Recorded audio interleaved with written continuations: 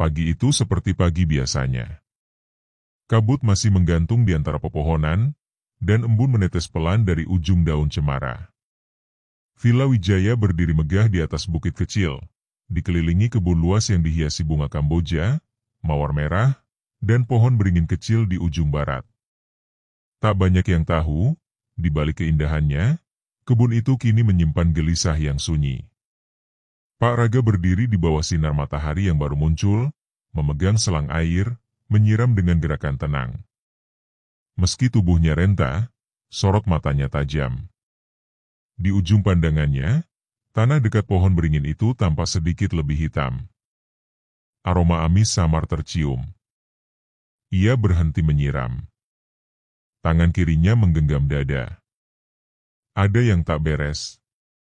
Di dalam rumah, Dharma Wijaya, pemilik villa, pria separuh baya dengan gaya hidup mewah dan reputasi bisnis tak tertandingi, sedang gelisah. Semalam, istrinya, Bu Arini, kembali mimisan saat tidur. Ini sudah ketiga kalinya dalam sebulan. Anak bungsunya, Tama, ditemukan berdiri menghadap jendela tengah malam, matanya terbuka tapi kosong. Pak Raga, panggil Dharma dari jendela kaca lebar. Pak Raga segera mendekat, menunduk sopan. Iya, Pak. Tanaman-tanaman mawar itu, kenapa mati semua? 3 hari lalu masih mekar. Pak Raga melirik ke arah pot mawar. Daun-daunnya menghitam, seperti habis disedot sesuatu.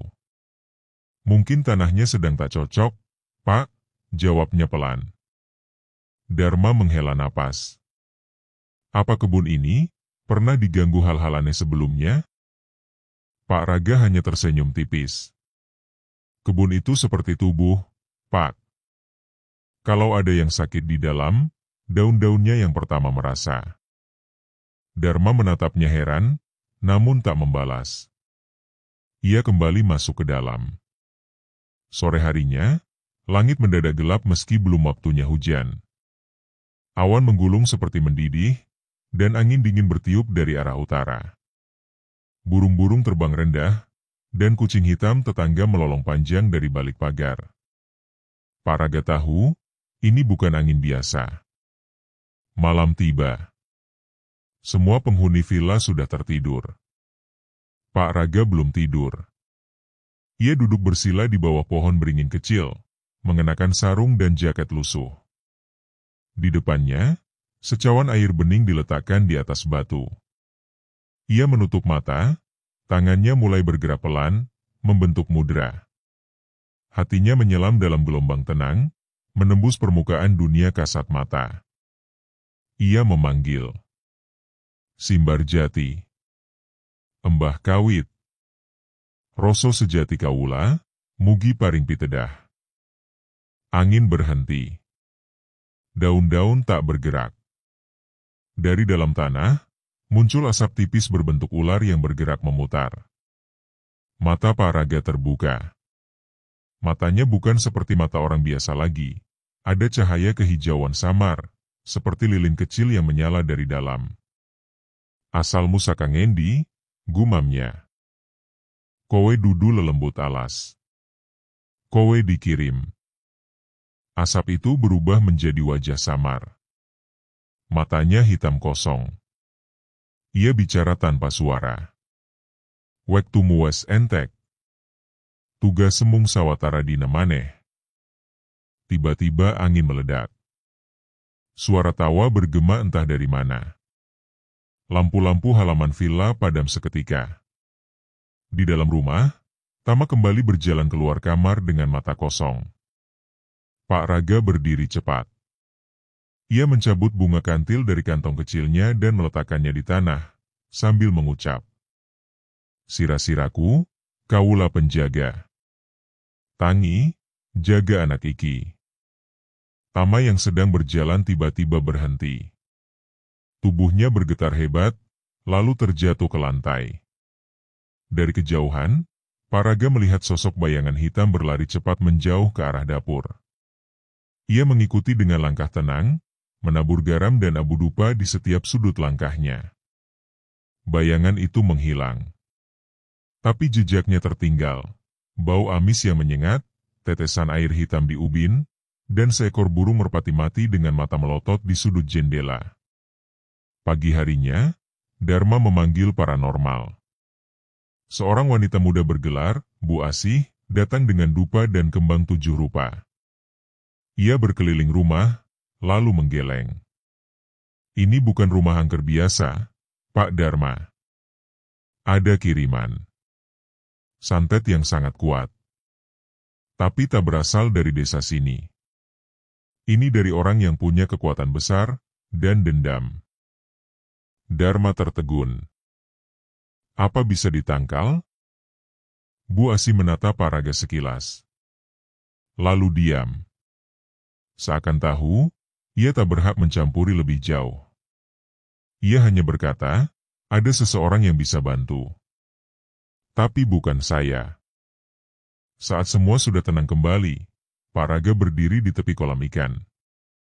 Ia menatap pantulan wajahnya yang sudah tua, namun masih kuat. Dulu ia bersumpah tak akan membuka ilmu itu lagi. Sejak kematian adiknya karena kesalahan ritual di masa muda, ia menutup semuanya. Ia memilih jadi tukang kebun biasa, menjaga dari jauh, menyatu dengan alam. Tapi kini, ini bukan sekadar gangguan. Ini peringatan. Musuh yang ia hadapi bukan hanya dukun, tapi jaringan pesugihan modern yang tumbuh dari kerakusan manusia.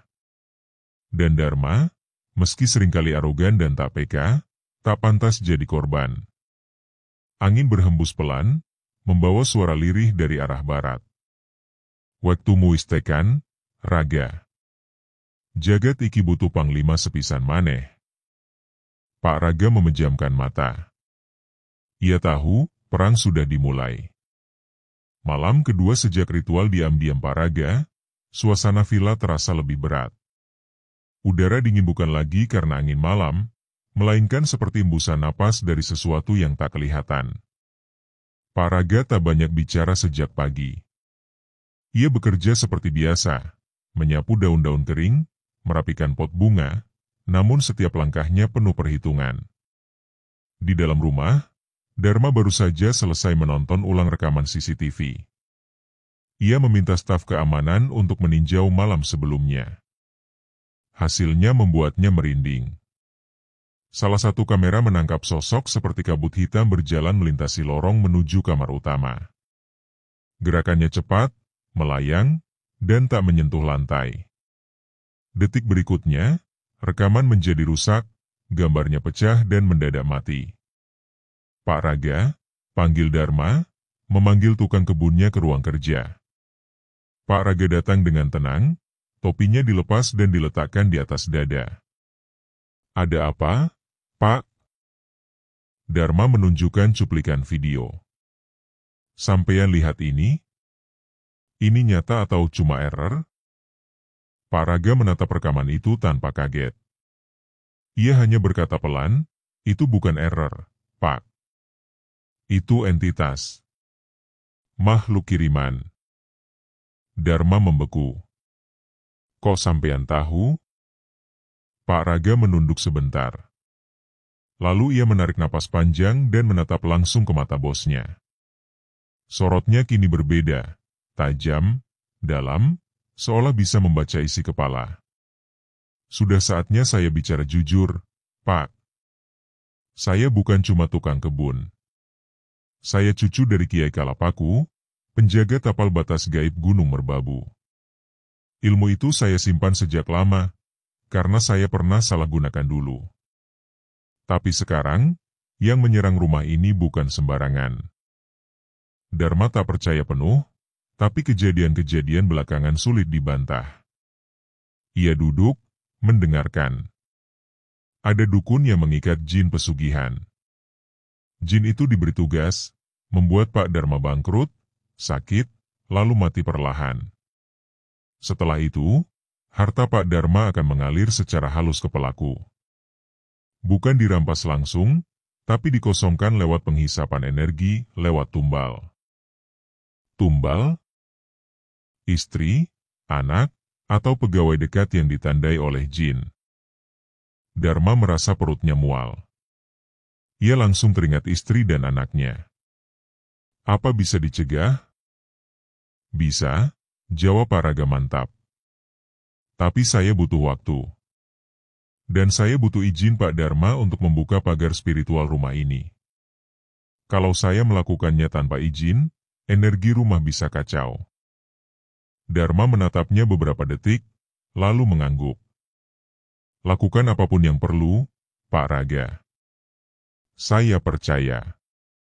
Malam itu, Pak Raga menggambar lingkaran besar di halaman belakang menggunakan abu dupa, garam, dan bunga kantil. Di tengahnya ia meletakkan kendi tanah liat berisi air dari 7 sumur.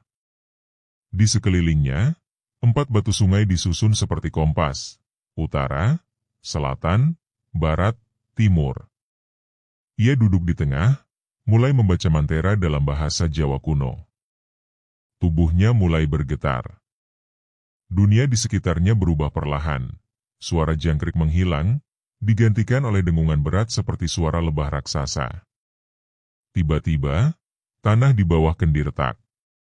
Asap tipis keluar, membentuk wajah perempuan tua dengan mata merah. Sopo kowe sing wani ganggu jalanku? Saya penjaga rumah ini. Jalanmu tidak bisa lewat sini. Wajah itu tertawa. Mulutnya berubah lebar, matanya bertambah banyak. Wong tua kropos koyo kowe, orai eso ngalangi kekuatan tuanku. Pak Raga tak gentar. Ia mengambil segenggam garam dan melemparkannya ke wajah itu. Makhluk itu menjerit, berubah menjadi asap hitam yang berputar-putar di atas kendi sebelum masuk kembali ke tanah. Ia tahu itu hanya utusan. Jin utama belum muncul. Keesokan paginya, Bu Arini bangun dengan wajah segar. Sudah lama ia tak bisa tidur pulas. Tama pun ceria kembali. Tidak ada kejadian aneh semalam. Namun, Dharma justru menerima kabar buruk dari kantor. Proyek reklamasi miliknya tiba-tiba diblok oleh pemerintah daerah karena aduan masyarakat. Di waktu yang sama, saingannya, Guntur Asmara, diumumkan mendapat izin proyek di lokasi yang sama dengan versi modifikasi. Dharma geram. Ia menghubungi orang dalam, dan dari sana ia mendengar bahwa Guntur tiba-tiba mengucurkan dana besar kepada beberapa pihak. Semua alur mengarah ke satu kemungkinan, sabotase. Ketika malam tiba, Dharma duduk di beranda bersama Pak Raga. Kalau ini semua ulah Guntur, berarti dia pakai jalur dukun? Pak Raga mengangguk. Saya tahu siapa yang dia pakai. Dukun dari Banyuwangi. Pengikut aliran Lamuk Ireng, terkenal dengan tumbal pesugihan dan ritual perampasan rezeki lawan bisnis. Dharma menatap langit, resah. Apa kamu bisa kalahkan mereka? Pak Raga hanya menjawab, saya tak bisa jamin menang, Pak. Tapi saya janji, saya akan berdiri di depan rumah ini sampai napas terakhir saya. Malam itu, Pak Raga membakar dupa cendana dan menyalakan minyak kelapa di dalam kendi tanah. Ia lalu berdiri di tengah kebun, tangannya terbuka ke langit. Mata ketiga membuka nadalanmu. Cahaya kehijauan muncul dari titik di antara alisnya. Dunia perlahan berubah. Ia bisa melihat benang-benang energi hitam yang mengikat rumah itu. Dari arah dapur, ada tali tak kasat mata yang menjulur ke kejauhan, ke tempat dukun pengirimnya. Ia menelusuri jalur itu secara batin. Dan ia melihat tempat itu. Sebuah pendopo gelap di hutan, dengan kepala kambing tergantung di langit-langit dan lilin hitam menyala di sekeliling lingkaran darah. Di tengahnya, berdiri Guntur, duduk bersila dengan mata merah dan seutas rambut Arini di tangannya. Pak Raga terperangah. Mereka sudah mengikat nama-nama keluarga Dharma dalam kontrak gaib. Mata ketiganya berdenyut. Ia tahu, waktu tinggal sedikit. Dan besok malam perang besar akan dimulai. Hujan deras mengguyur kota malam itu. Kilatan petir membelah langit, disusul gemuruh yang seperti menandai sesuatu lebih dari sekadar badai biasa. Di ruang kerja villa, Dharma duduk termenung. Kabar proyeknya resmi dibatalkan sudah menyebar ke media. Reputasinya hancur dalam semalam. Sementara itu, di berita bisnis, wajah Guntur Asmara terpampang lebar. Pria itu tersenyum penuh kemenangan, berdiri di atas tanah proyek yang dulu hampir jadi milik Dharma. Senyum yang menusuk dan menghina. Pak Raga masuk ke ruang kerja tanpa mengetuk. Dharma mengangkat wajahnya, lelah dan marah. Pak Raga, semua orang berpikir saya sudah tamat. Bahkan karyawan saya mulai ditarik satu-satu ke perusahaannya. Dia tidak cuma mengambil proyek, dia mengambil segalanya.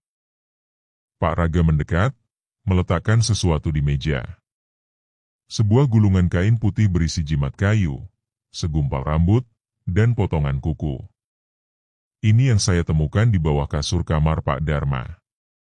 Dikirim lewat mimpi, lewat bayangan. Jin pesugihan itu mulai mengikat energi tubuh. Satu-satunya alasan Pak Dharma belum sakit, karena istri dan anak Pak Dharma sedang jadi penyangga. Kalau saya lambat sedikit, mereka bisa mati pelan-pelan. Dharma menggigil. Tangannya mengepal. Aku ingin dia hancur, Pak Raga. Guntur harus tahu rasanya dilenyapkan seperti ini. Pak Raga menatap dalam. Kalau Pak Dharma balas dengan cara yang sama, berarti Pak Dharma tak beda dengan dia. Hening panjang. Pak Raga lalu melanjutkan, tapi saya bisa potong jalur energi pesugihannya. Saya tahu siapa jin penunggunya. Jin ala Swenker, yang minta tumbal tiap 7 hari pasaran. Malam ini adalah Jumat Kliwon. Malam pembalasan. Kalau saya berhasil memutus jembatan mereka, Guntur akan kehilangan segalanya. Termasuk hidupnya, kalau ia tak sempat kabur dari kontra pesugihan itu. Di tempat lain, di sebuah pendopo kayu tua di tengah kebun karet, Guntur duduk bersila di atas lingkaran darah. Di hadapannya, dukun tua berambut panjang memegang ayam cemani yang hendak disembelih. Dharma belum mati, geram Guntur. Kenapa? Bukankah aku sudah memberikan tumbal kucing hitam dan darah perawan? Sang dukun menatap bola api di depannya. Penjaga sudah bangkit. Lelaki tua dari pihaknya menghalangi jalur darah. Tapi malam ini, kita akan buka pintu terakhir. Jin ala Swenker akan masuk rumahnya. Kali ini, langsung ke jantungnya. Pak Raga mengikat kain mori putih di pergelangan tangan, lalu mengambil keris warisan, keris pucang kembar, yang disimpan dalam kaleng besi berkarat di bawah pohon belimbing. Malam ini ia tak hanya bertahan. Ia akan menyerang balik. Di halaman belakang, ia membuat lingkaran dari bunga kantil, kemenyan, dan air mawar. Di tengahnya, ia duduk dan membuka jiwanya. Perlahan, tubuhnya melebur dengan energi alam. Ia masuk ke alam batin. Di dunia tak kasat mata, kebun berubah menjadi hutan gelap. Pohon-pohon menjerit, tanah mengalirkan darah, dan suara-suara bisikan datang dari segala arah. Di tengah kegelapan itu, muncullah bayangan besar, sosok makhluk raksasa bertanduk kerbau, bersisik, bermata api. Jin ala Swenker. Ra'a aga a'a, teriak jin itu dengan suara mengguncang. Aku kenal suaramu. Kau jin yang dulu diikat oleh nenekku, Kiai Kalapaku. Kau yang menelan 7 bayi manusia demi kekuatan. Jin itu tertawa. Dulu aku ditahan. Kini aku bebas. Kau tua, lemah. Dan pelindung terakhir Dharma akan kulenyapkan malam ini. Pak Raga mencabut kerisnya, yang kini menyala pelan. Ia melompat ke depan, membacakan mantera. Ya nur cahya sejatine urip, sumunar nang atiku, nyuet peteng. Kerisnya menusuk dada jin itu. Jin menjerit, tapi tak mati. Ia memukul Paraga hingga tubuhnya terpental ke pohon beringin. Namun dari pohon itu, keluar sosok bayangan lain, seperti lelaki berjubah putih, matanya menyala biru. Kiai Kalapaku. Raga, kowe wes siap.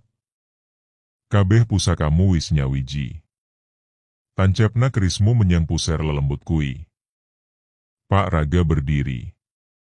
Darah menetes dari bibirnya. Ia menerjang dengan kekuatan terakhir. Keris ditancapkan tepat ke pusar makhluk itu, sembari meneriakkan. Busak lakumu. Putus kontrakmu. Balikno rejeki sing dicolong. Jin itu meledak dalam cahaya hijau yang menyilaukan, kemudian lenyap seperti embun pagi. Dharma, yang sedang tidur, terbangun kaget. Ia merasa seperti beban berat di dadanya mendadak menghilang. Istrinya pun terbangun, merasa jauh lebih ringan. Anak mereka tertawa dalam tidur. Di tempat lain, guntur asmara menjerit. Darah keluar dari hidung dan mulutnya. Di ruang ritualnya, bola api padam. Dukun tuanya pingsan. Guntur bangkit dalam panik, namun tubuhnya seperti lumpuh. Ia merasakan panas membakar dari dalam. Kontraknya putus. Dan jin yang dulu ia panggil, kini datang menagih. Pagi datang dengan sunyi. Langit bersih, udara segar, dan kebun villa tampak lebih hidup dari biasanya. Bunga mawar yang kemarin menghitam kini mekar perlahan. Di bawah pohon beringin, Pak Raga duduk bersila dengan wajah lelah tapi damai. Dharma keluar ke halaman, mendekatinya. Sudah selesai? Pak Raga mengangguk. Untuk saat ini, ya. Tapi mereka tak pernah benar-benar hilang. Dunia ini selalu ada yang mencoba menebus keserakahan dengan jiwa. Dharma menatapnya, penuh hormat. Kau bukan sekadar tukang kebun. Pak Raga tersenyum. Tukang kebun bukan sekadar penyiram bunga, Pak. Tapi penjaga hidup. Dan di tanah yang sempat digali semalam, Pak Raga menanam sesuatu. Sebuah batu kecil berukir mantra. Segel baru. Penjaga baru. Langit mendung menggantung di atas Villa Wijaya meski pagi baru dimulai. Hawa terasa berat, seolah alam belum sepenuhnya tenang. Pak Raga berdiri diam di tengah kebun, tubuhnya masih terasa lelah. Pertempuran malam tadi menguras sebagian besar tenaganya, baik ragawi maupun batin. Tapi ia tahu, belum semua selesai. Yang dikalahkan semalam hanya 1 dari 5 jin pengawal kekayaan Guntur. Masih ada 4 lainnya, masing-masing dengan kekuatan dan peran berbeda. Dan berdasarkan tanda-tanda yang ia baca dari keretakan tanah di belakang villa, 1 jin lagi akan datang malam ini, lebih buas, lebih licik. Dharma keluar dari rumah, mengenakan jaket tebal, wajahnya tampak jauh lebih tenang dari sebelumnya. Ia membawa 2 cangkir kopi dan memberikannya pada Pak Raga. Saya tak bisa tidur. Rasanya seperti perasaan tenang yang asing. Seolah rumah ini bukan rumah yang sama. Pak Raga mengangguk. Rumah ini sedang bernafas kembali. Tapi pernafasannya masih berat. Dharma duduk di bangku taman, menatap bunga Kamboja yang baru mekar. Guntur, kira-kira apa yang akan dia lakukan setelah gagal kemarin? Dia tak akan berhenti. Pak, jawab Pak Raga pelan. Orang yang sudah menandatangani kontrak darah dengan dunia gaib, tak akan dibiarkan begitu saja berhenti. Bahkan jika dia mau, jin-jin itu akan tetap menuntut bagian mereka. Dharma menarik napas panjang. Saya ingin tahu lebih banyak tentang yang kita hadapi ini. Pak Raga menatap ke arah barat, mata tuanya seperti menerawang ke dunia lain. 5 jin pengawal pesugihan. Mereka dikenal sebagai Panjer 5, masing-masing bertugas menjaga pilar kekayaan si pemuja. Jin pertama, yang kita hadapi kemarin, bertugas menguras rezeki lawan. Jin kedua akan mencoba membuat korban gila. Jin ketiga menghancurkan keharmonisan keluarga. Jin keempat merusak bisnis lewat petaka. Jin kelima mengambil nyawa. Dharma diam. Ia menggenggam cangkir lebih erat. Dan malam ini kita akan menghadapi yang kedua. Pak Raga mengangguk. Namanya si Wereng Mata Lempung. Jin pengacau pikiran. Ia tak menyerang fisik, tapi membalik logika. Korban akan bertengkar, membenci satu sama lain, bahkan bisa saling membunuh. Hari berlalu dengan ketegangan yang tak terlihat. Istri Dharma mulai mengeluh sakit kepala dan merasakan ada suara berbisik di kamar tidur mereka. Tama kembali berjalan sendiri, kali ini sambil tertawa kecil dalam tidur. Pak Raga bersiap. Di ruang tengah villa, ia menaruh kendi berisi air hujan yang dikumpulkan selama 7 hari terakhir. Ia menyebar serpihan daun sirih, bunga melati, dan akar wangi. Sambil membakar dupa, ia duduk bersila. Namun berbeda dari sebelumnya, kali ini ia tidak sendiri. Dharma memutuskan ikut. Ia duduk di seberangnya, mencoba memejamkan mata. Apa saya bisa melihat yang Bapak lihat? Kalau batin Pak Dharma sudah siap, iya. Tapi begitu melihat, tak bisa lupa. Dunia tak kasat mata bukan tempat wisata, tapi tempat ujian. Dharma mengangguk. Ia menutup mata. Perlahan, hawa di ruangan berubah. Wangi melati menyengat. Suara detak jam berhenti. Udara membeku. Tiba-tiba suara tawa lirih terdengar dari loteng. Pak Raga membuka mata. Mereka datang. Di dimensi batin, ruang tamu villa berubah menjadi koridor panjang berwarna merah darah. Dinding-dindingnya bergerak seperti daging hidup. Lampu-lampu menggantung terbalik. Dari ujung koridor, muncul sosok menyerupai manusia namun dengan mata besar yang meneteskan lumpur. Kepalanya botak, tubuhnya kurus, dan tangannya panjang seperti tali. Si Wereng Mata Lempung. Makhluk itu melayang, mendekati Dharma yang berdiri bingung. Suara-suara muncul dalam pikirannya, teriakan anaknya, makian istrinya, penghinaan dari rekan-rekan bisnis. Semua seperti nyata, menggema di telinganya. Kau gagal. Kami benci padamu. Kami tidak pernah mencintaimu. Dharma berteriak, menutup telinga. Ia hendak lari, tapi tanah di bawahnya berubah menjadi lumpur. Ia tenggelam perlahan. Pak Raga melompat, mencabut keris batinnya. Ia membelah udara, mengusir suara itu. Dharma. Itu bukan kenyataan. Jangan percaya suara-suara itu. Namun Dharma mulai menangis. Kalau mereka benar?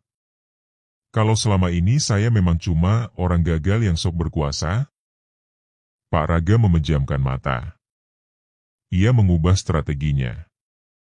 Ia menyerap sebagian rasa sakit Dharma ke dalam dirinya, memindahkan energi kegelapan ke batu akik yang tergantung di lehernya. Perlahan, Dharma mulai sadar. Pak, suara itu menghilang. Pak Raga menoleh.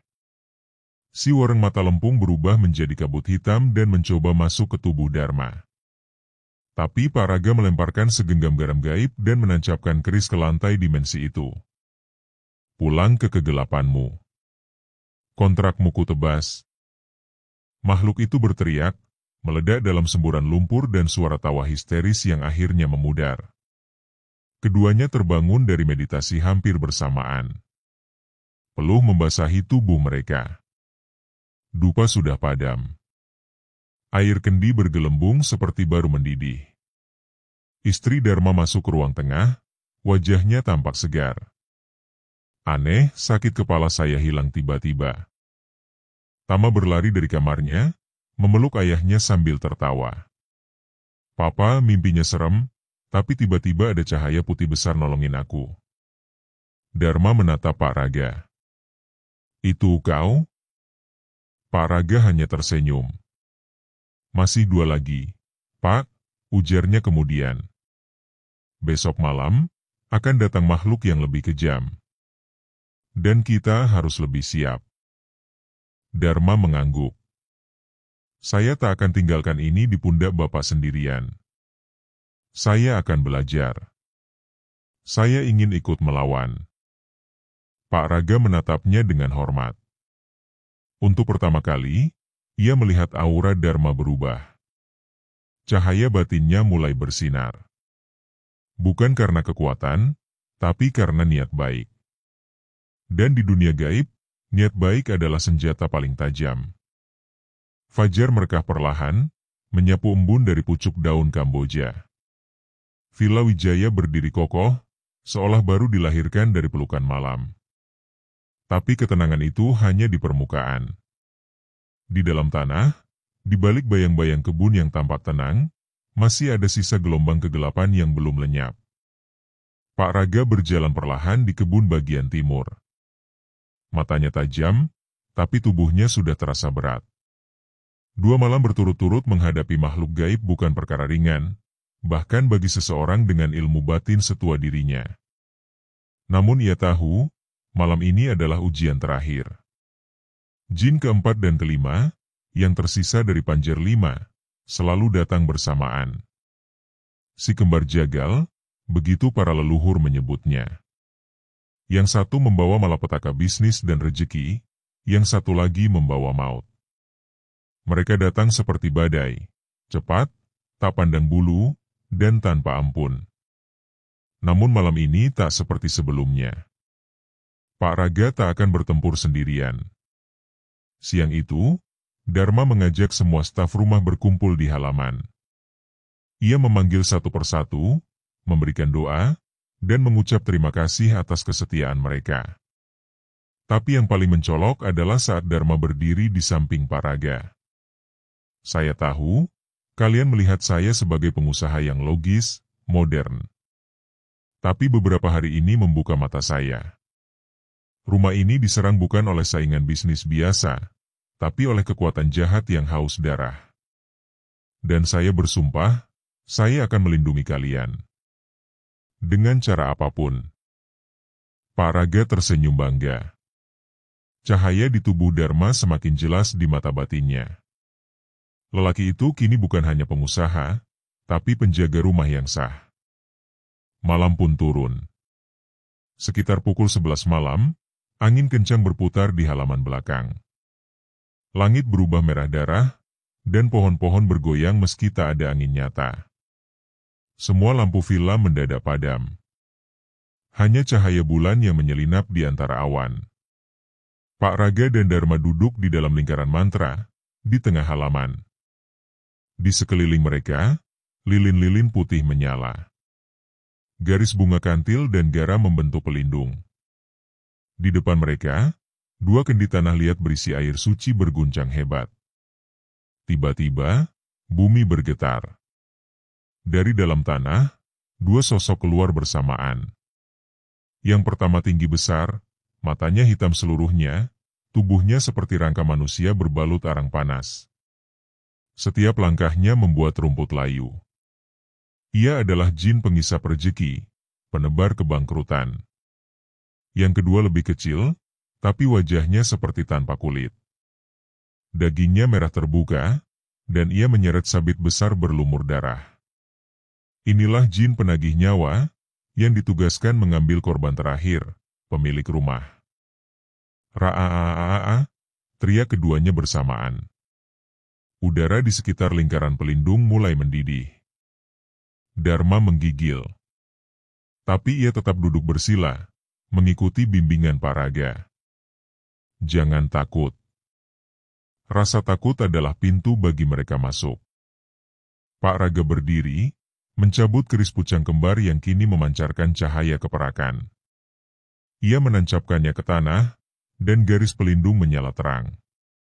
2 jin itu tertahan sebentar, tapi kemudian mulai menari mengitari pagar spiritual sambil memukul-mukul udara, menciptakan ilusi, bayangan rumah terbakar, Istri dan anak menangis berdarah, tubuh Dharma tergeletak di lorong villa. Namun Dharma tetap duduk tenang. Ia membaca doa dalam hati. Air matanya jatuh, tapi bukan karena takut, melainkan karena keyakinan yang baru tumbuh. Sekarang, Pak Dharma, ujar Paraga. Panggil cahaya dalam dirimu. Ucapkan nama istri, anak, dan semua yang ingin kau lindungi. Dharma menutup mata. Arini, Tama, villa ini. Semua yang kuperjuangkan. Cahaya kecil muncul dari dadanya. Cahaya itu menyentuh keris Pak Raga, menyambung kekuatan mereka. Pak Raga mulai membacakan mantra pengusir warisan, ilmu tua dari jalur Kiai Kalapaku. Wong kang wani, kudu wani tanpa getih. Kang ngaku penjaga, kudu wani nyebrat lintang. Kowe dudu pemilik tanah iki. Balikna kabeh sing wis kowe ambil. Tiba-tiba, tanah di sekitar jin itu meledak. Dari dalamnya, keluar akar-akar bercahaya yang membelit kaki mereka. Jeritan memecah malam. Jin pengisap rejeki mencoba kabur, tapi cahaya di kaki Dharma menyambar cepat, membakarnya jadi abu. Jin penagih nyawa berlari ke arah Dharma dengan sabitnya. Tapi sebelum sampai, keris Paraga melesat sendiri, menusuk pusarnya. Ra-a-a-a-a. Tubuh makhluk itu terbakar dari dalam. Suara tulang patah, daging mencair, lalu hening. Udara kembali tenang. Lampu-lampu menyala perlahan. Villa tampak lebih bersih dari sebelumnya. Seolah baru saja diurapi oleh hujan yang tak turun. Pak Raga terduduk. Napasnya berat. Tapi ia tersenyum. Sudah selesai. Dharma menunduk, mencium tangan Pak Raga. Saya berutang nyawa pada Bapak. Pak Raga menggeleng. Bukan pada saya. Tapi pada pilihan Bapak sendiri yang akhirnya berubah. Seminggu kemudian, berita mengejutkan muncul di media. Guntur Asmara ditemukan meninggal dunia di villa miliknya, dengan tubuh menghitam seperti terbakar dari dalam, namun tak ada api sedikit pun. Dukun yang membantunya menghilang. Perusahaannya hancur dalam waktu sekejap. Sementara itu, bisnis Dharma bangkit kembali. Klien lama kembali, dan proyek yang sempat ditarik dibuka ulang oleh pemerintah pusat karena ditemukan adanya manipulasi dari lawan bisnis.